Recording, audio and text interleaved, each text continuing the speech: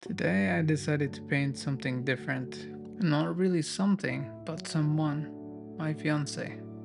She jokingly said, "Oh, are you gonna paint me today?" And funny enough, I was not really feeling up to painting. I looked out the window and it was just the same view as always, and I just couldn't get myself outdoors. So I did decide to paint her because I've never painted people before, at least not intentionally. And well, why not try to paint the love of my life?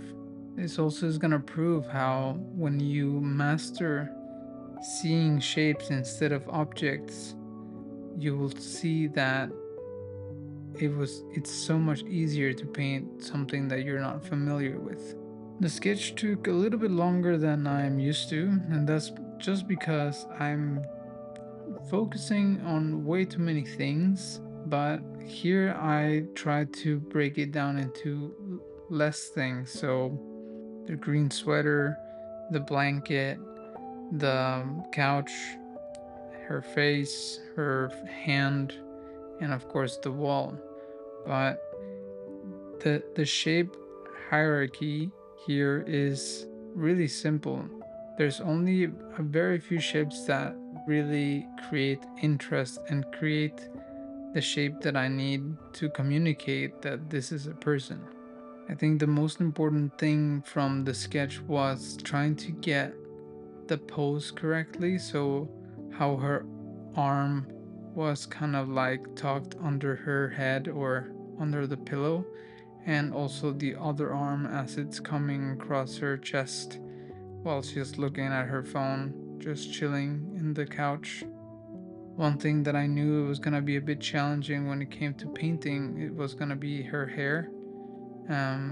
Because I kept seeing like every single strand of hair, and I knew that I was gonna hyper fixate on that part, and I didn't want to do that. So I knew for a fact that I'm gonna have to try to do as least as I can when it comes to the hair.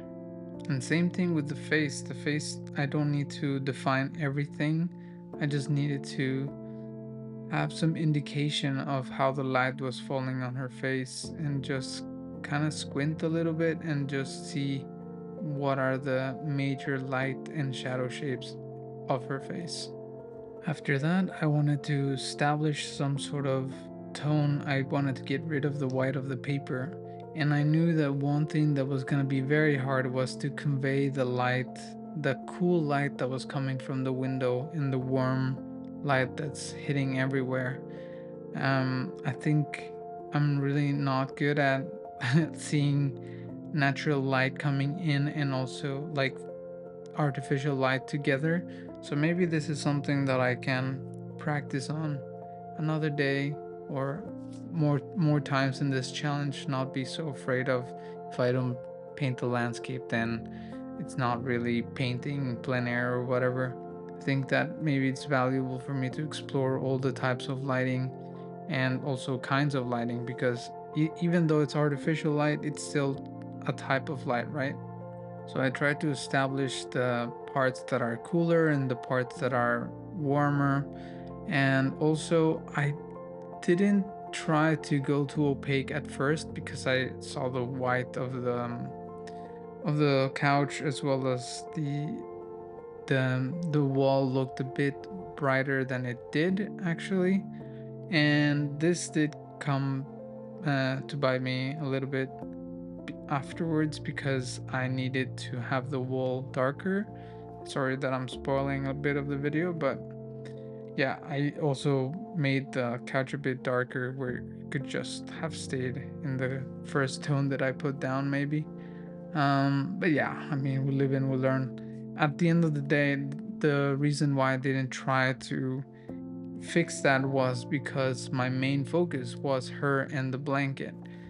And it also, I wasn't really trying to get exactly the local color that I was seeing. I just wanted to get the shapes and for my shapes to communicate that there was somebody there laying down, looking at something or just napping because why not? napping is nice. So to do that, I had to focus mainly on the sweater, or the green of her chest area. So I knew that this was the darkest thing apart from the hair.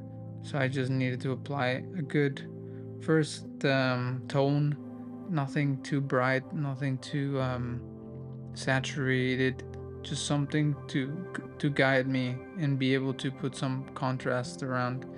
And then I moved to try to make the color of the blanket, but I wasn't being too fuzzy about if I didn't get exactly the right color. Maybe it would have been valuable to try to do exactly the same color, but I also didn't want to fuss too much about it because it's not the main sort of point of the video, or I mean the painting.